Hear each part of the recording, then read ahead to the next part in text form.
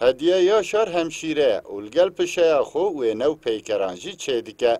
هدیه یاشار ده سال 2017 دا پیشنگه هکا وینه و پشت راجی پیشنگه هکا پیکران و دیگه که سرمجار نوان جنن. پشتیوان پیشنگه هاجی بجنن که دخوازن بشتاری وی ببن را پروژه این پیکرسازی ددن دست پیکرن. هدیه یاشار تینه زمان که وید بر همین خدا هست و باچون خوین لسر رودان لجیهان حرم و باجار خود راول کریه و بطایبت کوچبری و پنابری کوچبر شرین که پیکتین ده سردمان شرین باجاران که سور نافچه دیاربکر جی برکت بو بهتر بالاوی کشاندیه.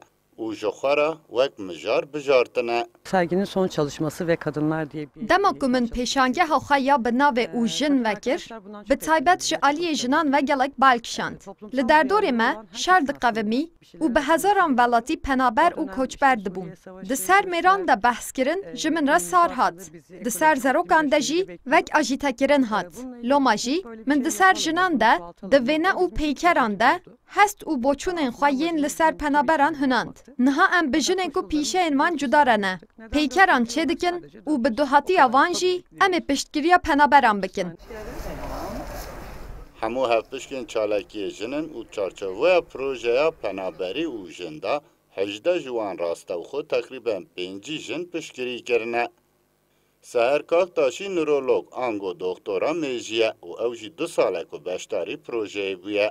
Seher Kaktaşî tîne ziman ku wê hewdan û çalakiya Hediye Yaşar ecibandiye û wisa beşdar bûye. Hediye de resim çalışmaları yürütüyordu.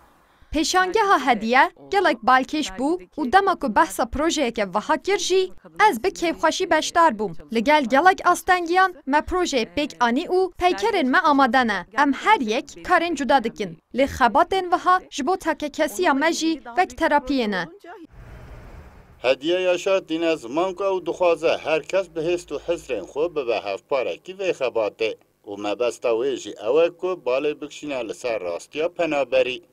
Di projeyê da 400 peykerên ku keda bi dehan jinan têda ye hatine amadekirin û dê piştî 8 mijdarê jî li ser înternetê pêşengeheka online bê vekirin. Hemû dahatî jî dê ji bo penaber û saziyên penabera bê dayîn. Sıddık Eren, Kürdistan 24, Diyarbakır.